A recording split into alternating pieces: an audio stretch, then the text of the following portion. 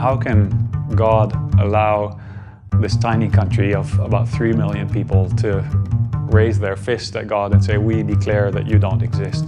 I thought if God has any self-respect, he should do something about this country. So I began as a teenager just to pray for Albania without really ever thinking that I would end up there.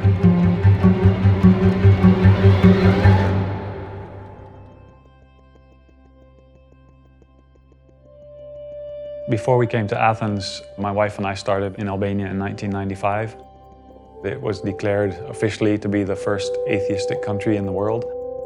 After the fall of communism, Albania opened up for workers to come in and spread the gospel there. There is something unique about working and living in Greece. The fact that the gospel first came to Europe through Greece. There's a continuation of God's work, which started in the 1st century.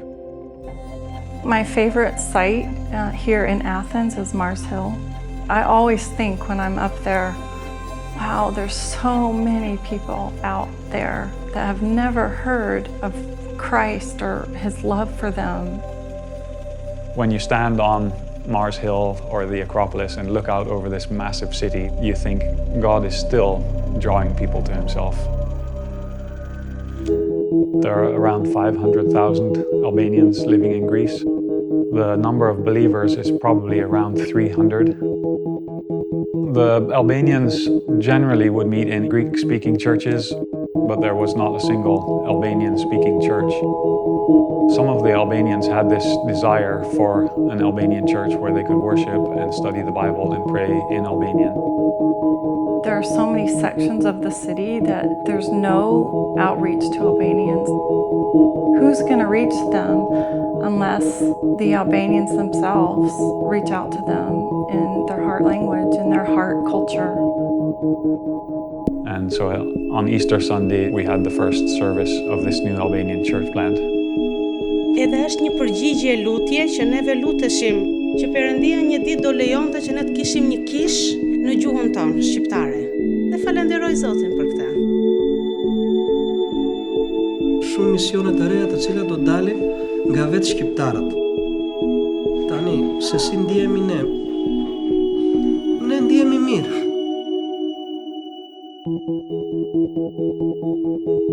We're trying to instill in them this mission vision from the beginning, that the church isn't only for a small group of Albanians. We're focusing on the neighborhood that we live in, as well as the English students and the people that come to the cultural educational center called Porta.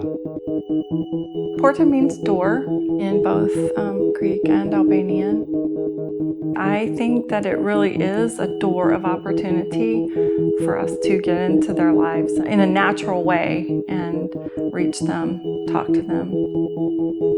One of the reasons we have this is so that we can make contacts with the students and for there to be a crossover between the English classes in Porta and the Albanian church.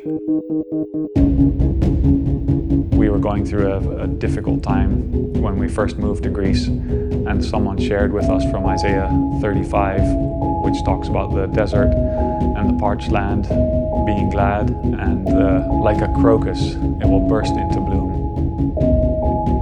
It brought to our minds this idea of churches springing up in different places unexpectedly. Most of the year, you didn't even see any evidence of there being any life, but come spring, all of a sudden there was this beautiful bloom that had come up.